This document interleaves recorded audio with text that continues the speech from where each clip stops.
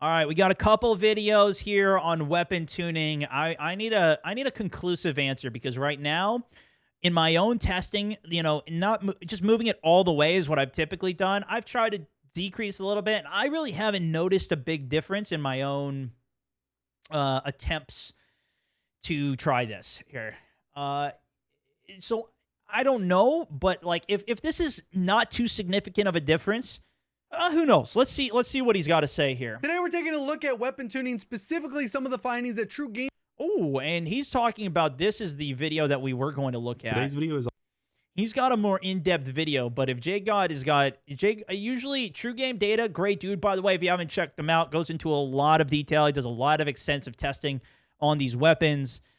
Jay God also does a lot of testing as well, but I think we can get some good information from him. Data was able to find, and within the video, he goes over a ton of different details, but specifically about sliders aren't linear. That's the part that was the most interesting to me. And we're not sure exactly what the linear part means. It means that as you adjust this slider for recoil, as you can see right here, and you move it all the way up, you would expect that it would improve recoil. And then as you would go all the way down, it would make recoil worse, which is generally the case, especially when you can see the real examples when you're actually doing that. You get a slight improvement, another slight improvement, another one, and then all of a sudden, the last one, it doesn't do anything after that. So there's certain sliders where... But look at the downside difference of this. I know it's hard to see because my mouse keeps on covering it here. But it's like it's a very small difference of what you're missing. And even on the downside here, yeah, it doesn't become any better if you go farther out, but it also doesn't get any worse here. So I don't know if he's got anything to say to that. And just to add some more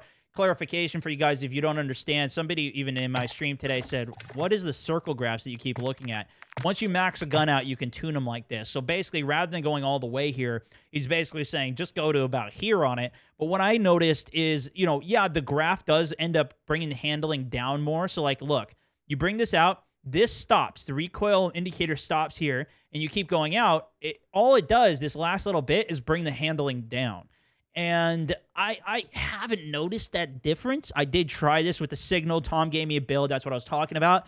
And it still seemed not good for, I was doing it around aim stability more in that case. Maybe it's different for each of the different things, but I guess that's where I was kind of at. And I was kind of like, you know what? There's bigger problems in this game than just that 1% little difference off of what, like, that's probably not costing me the fight. It's probably the positioning, the recoil control, whatever. But, let's see. Maybe you're going to get incremental gains, and it changes depending on where the slider is.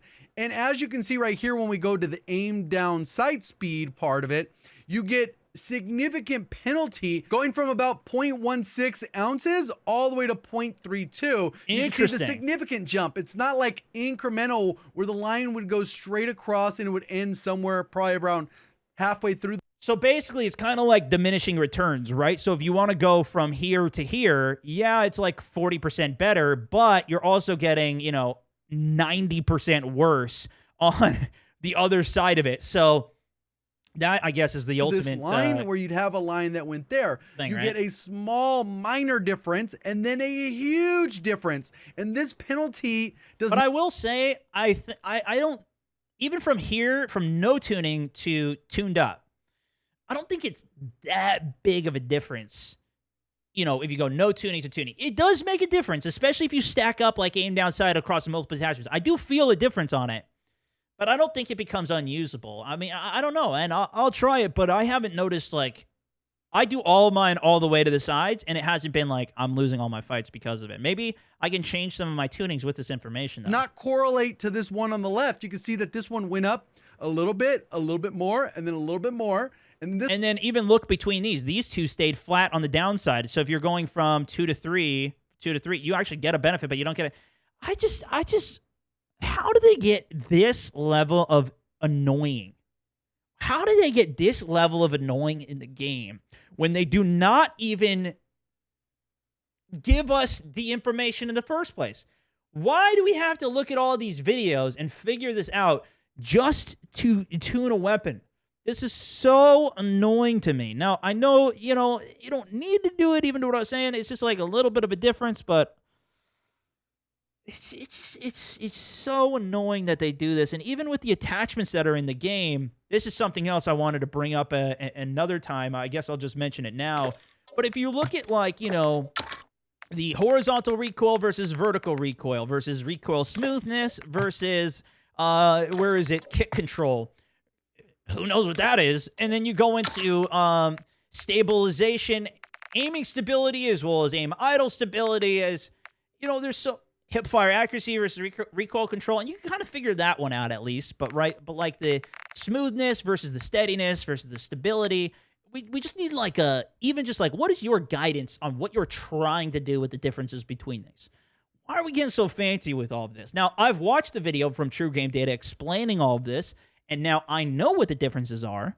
But I only know those differences because I watched a 30-minute video that my chat was yelling at me. Stop pausing the video. Stop watching. This is a boring whatever. But I watched the damn thing, so I know what all of these attachments and recoil things now do relative to the other ones. This one went down a little bit, and then a huge penalty, then a minor penalty, and it kind of caps out. You can't get any worse because it is bad. And essentially what I did is I modified it incrementally, took screenshots, and then measured the individual pixels, as we can see here. What a legend. The recoil change J-God's and the best, the handling change, which specifically in that case is aim down sight. And although it's a bunch of numbers, the main thing you want to pay attention to is that these differences over time. So you get a max benefit of 7.4% change in terms of the graph, and versus when we go to the negative, we can get about an 8% difference. So plus or minus 8% when it comes to that attachment. But what we can see here is that for some of these, there's no change at all, while the other one is experiencing changes for the handling.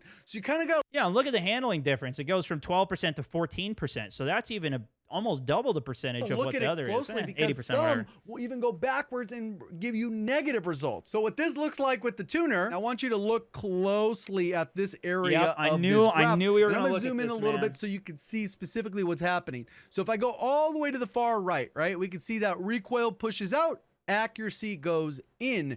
As I go ahead and slide this, if we look close at this accuracy one, we'll see it goes up, and then it down, and then back up a little bit. So right here, you can see that it's going down in that progress. So the same thing that we're seeing here, you might have one where it has a huge jump and then almost nothing. But if you keep going, you're hurting the other attachments. So you kind of got to fine tune these per attachment. What I will say is that it is nice that this is actually, if this is true, what I'm gathering from both of these guys who have gone in, done some of the research, looked at the numbers, what I'm gathering is that this information of this chart is actually real.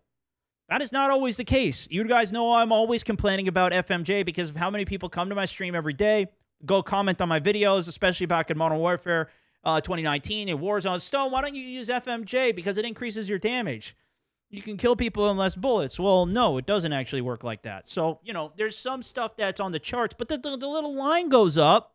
It doesn't matter, dude. So there's some stuff and that's where I get towards your that's the frustration, feel and strengths of the weapon. So in this particular case, if I had this at default, I might go ahead and adjust this slider. Oh, can I see I'm getting recoil benefit right here?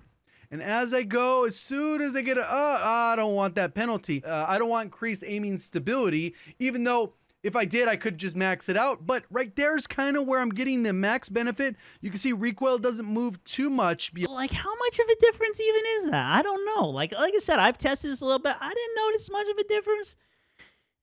Maybe it's some attachments is much more dramatic than others. So maybe I'll pay more attention as I'm doing it. So you gotta measure every pixel. Yeah. There's where kind of why I would stop that attachment. We can do the same thing for recoil stabilization and aim down sight speed. Obviously, there's a diminishing returns on these. You can see we're not really seeing any penalties at this point. It doesn't even move when we adjust right here, hardly at all. But when we go to aim down sight, actually, I'm measuring a 3% difference in pixel velocity. Find a happy medium where, okay, cool, I got the benefit, and boom, you can see that little drop off there on handling, and you're able to make those adjustments. So this is kind of what you would do. I know it's an overcomplicated system until we get the data mined data from sim.gg. Why are we waiting for the data mined data? The site based off the data mined data. And to my knowledge, they're the only site that have managed to crack the code on data mining, because literally every other site uses their data except for True Game Data. He manually hand tests pretty much everything. So it's kind of weird they threw that in there, but at the end of the day, once you've tuned these things to be as accurate as possible. Oh, at the end of the day, once you tune everything to be as accurate as possible, then you got to do it again every single time you want to rebuild the gun because there's no save blueprints in this game right now. Sorry. Oh, sorry. Yeah, maybe I'm getting a little too heated on this. Listen, it's been a long day. All right, it's been a very long day. We got a lot of wins. Teabagged a lot of people. You can actually be accurate without the full penalty, and you still have a decent aim down sight. It's not horrible, and that's one thing I think a lot of people are doing is they're continuing to give you that penalty without actually receiving the benefit because you get diminishing returns where you're still hurting your aim down sight, but you're not actually improving your recoil, and vice versa. You could be improving your aim down sight, but your recoil is getting It's got to get a new controller for that stick drift. Really hard to control. So you can kind of see these targets are up to 50 meters, but you can see in the gameplay, I am actually shooting targets at 90 meters and I'm adjusting with strafing. You can kind of see how easy it is to control recoil and focusing on bullet velocity for long range because that is going to allow you to hit more shots. And especially with how they've designed a lot of the weapons, if you don't have bullet velocity, it's going to be hard to hit targets. Game is for casual gamers. Even if your gun has absolutely no recoil, it's like the ground. If it doesn't have a bullet velocity, it's going to be very tricky to hit your target regardless how skilled the player is, and this is especially noticeable as people are flying through the sky.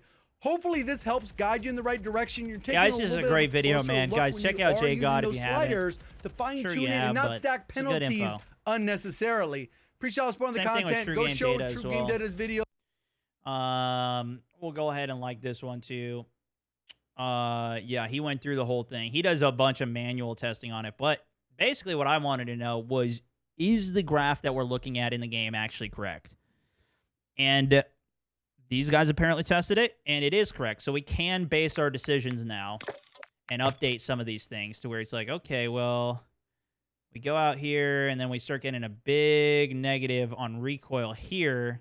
Drops down, so where do we want to keep it? Between the mobility and whatnot, if we want to go the direction, and I don't know. We'll see. But I will say, even if you do crank it all the way, I feel like it's a pretty minimal difference in general. I don't think you're really shooting yourself in the foot too much, but I will continue to build out some of my weapons, and we will see how it goes with some of the tuning. All right, thanks so much for watching. Let's do this one. 764. Over and out. It's weird they threw that in there, but at the end of the day, once you tune these things to be as accurate as possible. Oh, at the end of the day, once you tune everything to be as accurate as possible, then you got to do it again every single time you want to rebuild the gun because there's no save blueprints in this game right now.